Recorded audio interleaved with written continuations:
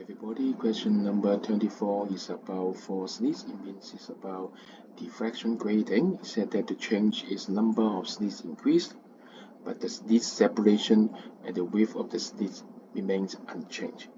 It means that, okay, the position